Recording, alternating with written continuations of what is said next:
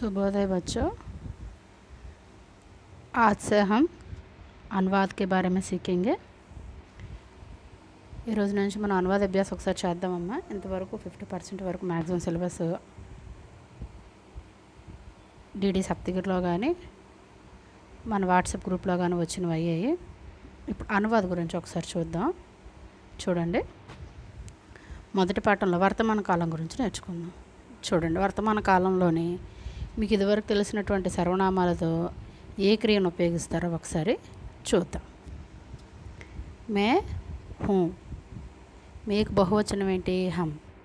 హమ్ హే. తూ హే, తుమ్ హో. వాటికి బహువచనం ఏంటి? ఆప్. ఆప్ హే. మే వచ్చినప్పుడు క్రియలో హూ వస్తుంది వర్తమాన కాలంలో. హమ్ వచ్చినప్పుడు క్రియ దగ్గర హే వస్తుంది.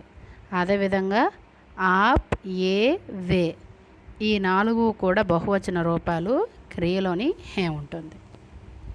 తుమ్ వచ్చినప్పుడు హో వస్తుంది. తెలుగులో తుమ్ కాదండి, హిందీలో తుమ్, మీరు అని పక్కన అర్థాలు ఉన్నాయి, ఒకసారి చూడండి. వహ హే, యహ హే. వహకి బహువచనం వే, యహకి బహువచనం ఏ. చూస్తున్నారు కదండి వాటి యొక్క అర్థాలని, ప్రయోగాలని. మే హూ, తూ హే, తుమ్ హో, యహ హే, వహ హే. హమ్ హే, ఆప్ హే, ఏ హే, వే హే. చూశారు కదా. వీటిలోని ఇప్పుడు పుల్లింగ ప్రయోగాన్ని చూద్దాం. అంటే ఎంతవరకు మే హూ నేనున్నాను, దానికి మధ్యలోని పుల్లింగ క్రియారూపం వస్తే ఏమవుతుందో చూడండి. మే ఆతా హూ, అదే బహువచనం అయితే హమ్ ఆతే హై. తూ ఆతా హై, తుమ్ ఆతే హో. అదే బహువచనం అయితే ఆప్ ఆతే హై. యహ ఆతా హై, వహ ఆతా హై. అదే బహువచనం అయితే ఏ ఆతే హై, వే ఆతే హై. అర్థమైంది కదండి. అదేవిధంగా ఇంకొక క్రియను ఉపయోగించి చూద్దాం. మే ఖాతా హూ, తూ ఖాతా హై, तुम खाते हो, यह खाता है, वह खाता है.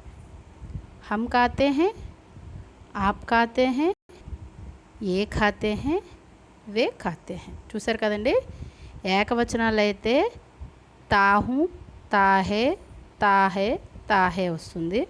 ఒక్క తుమ్ అనేటటువంటి సర్వనామం వచ్చినప్పుడే తేహో వస్తుంది. మిగతా బహువచనాలైన హమ్, ఆప్, వే, ఏ, తేహే వస్తుంది. ఏ క్రియా ప్లస్ ఏ మాత్ర ప్లస్ హే అన్నమాట. అర్థమవుతుంది కదండి.